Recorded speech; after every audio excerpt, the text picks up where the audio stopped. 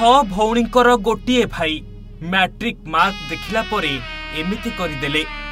एबे 6 भौणी गाँ दांडरे बसी कांदिबाकु लागुछंती। मुंड को बाड़े छाती को पिटी चित्कार करी कहउछंती एमिति कोन पाई कलुलो भाई। एबे हमको किए गेल करिबो, आमर रक्षा किए करिबो, आमे बे काहाकू भाई डाकिबो।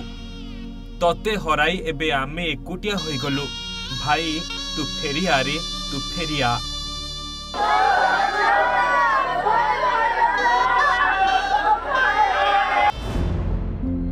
हाँ आज्ञा 26 तारिख रे प्रकाश पाइछि मैट्रिक परीक्षा फल। आउ सही मैट्रिक परीक्षा फल 6 भौणी रे गोटे भाई को छड़ाई नेछि। कम मार्क आसिबारु गेल बसरिया भाई नहीं जाइछि तार शेष निष्पत्ति, जोथिपाई पूरा गाँ रे सृष्टि होइछि शोकाकुल परिवेश। एमिति किछि दृश्य देखिबाकु मिलिछि कटक जिला माहांगा थाना अंतर्गत मूल बसंत पंचायत गुणपुर गाँ रे।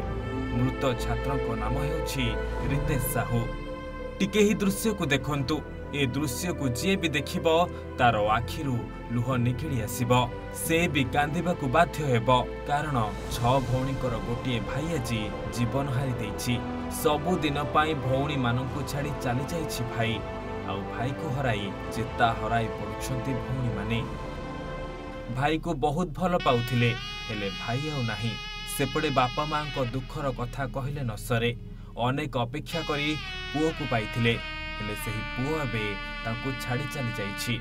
यह देखि केमिति बा तांको कोह सहिबो। सेथिपाई तो बापा मां भी छाती को पिटी कांदिबारे लागि पड़ुछंती।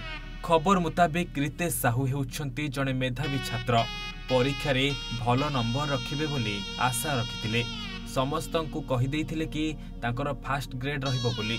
हेले जेतेबेले परीक्षा फल बाहरी थिला सेतेबेले तांको पाद तळु माटी खसिगला, कारण मार्क थिला 263 माने डी ग्रेड, जहा तांको बहुत बाधी थिला। किछि खियापिया करिनथिले रितेश, कांदी कांदी दिन काटिथिले। हेले हठात काहाकू किछि न जणाई रितेश नहीं गले एमिति किछि शेष निष्पत्ति। जो निष्पत्ति नेला बेले रितेश तांकर 6 भौणी को कथा टिके चिंता कले नाही। सेपटे आत्मीय स्वजन, शिक्षक, शिक्षयित्री, छात्र छात्री श्रद्धांजलि अर्पण करने सह शोभा यात्रा रे रितेश को गाँ श्मशान को नहीं अंतिम सत्कार करिसेंती।